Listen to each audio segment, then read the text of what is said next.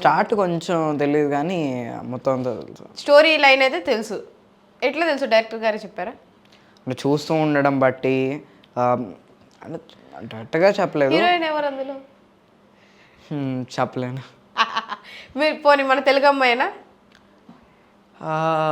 ముందైతే చూసారు ఆ హీరోయిన్ని, అదైతే చెప్తాను. ఇంతకు ముందు చూసాము. సో హీరోయిన్ ఇంకా రివీల్ చేయాల. సో విజయ్ దేవరకొండ గారితో మాట్లాడుతూ ఉంటారా? సెట్లో మాట్లాడారు? ఆయన ఎక్కువగా డెడికేషన్గా మూవీ స్క్రిప్ట్స్ పైన వాటి పైన ఉండేవారు.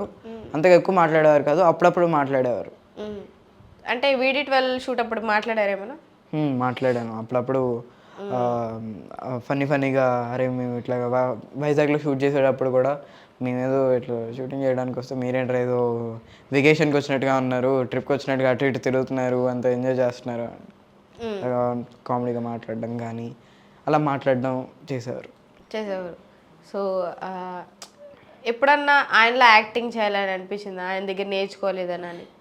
ప్రతి ఒక్కరి దగ్గర నేర్చుకోవాలని అనిపిస్తుంది. అలాగే ఆయన దగ్గర కూడా ఆయన నడిచి వస్తుంటే ఒక స్టైల్ అనేది ఉంటుంది. అది కానీ ఆయన డెడికేషన్, ఆయన ఎలా డెడికేషన్ టువర్డ్స్ ద మూవీ అనేది, అది అన్నీ నేర్చుకోండి.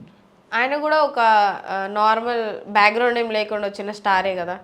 సో ఆయన సెట్లో అందరితో పొగరుగా ఉంటారా, లేకపోతే నవ్వుతూ పలకరిస్తారా? నవ్వుతూ పలకరిస్తారు.